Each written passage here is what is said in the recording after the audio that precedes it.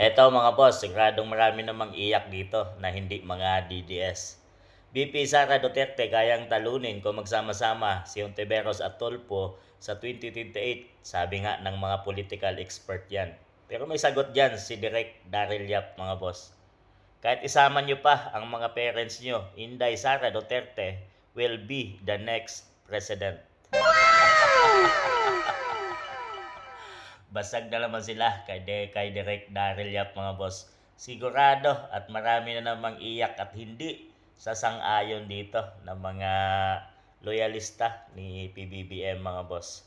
Siyempre, gusto ito ng mga DDS.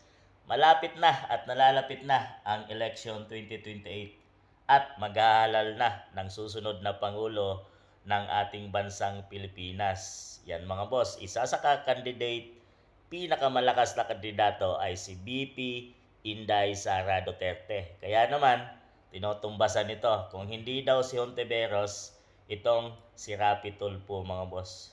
Yan o, Tulfo.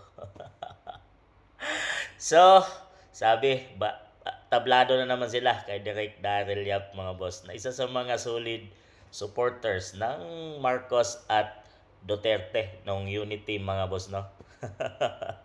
Ngayon, hindi siya kumakalas pa rin kay BP Inday Sara Duterte. Itong si Direk Daryl Yap mga boss. So, ito mga boss, kung bukas na ba ang 2028 election, sino sa tatlo ang iboboto nyo bilang susunod na mamumuno sa ating bansang Pilipinas?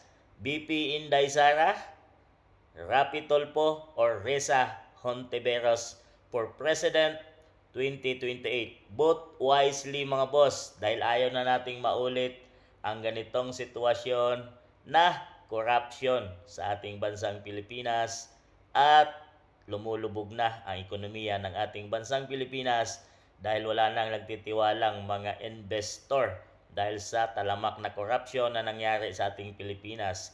Kung bukas na ang 2028 election mga boss, vote wisely at piliin nyo kung sino ang ilalagay sa tamang posisyon na hahawak at mamumuno sa ating bansang Pilipinas. Mga boss.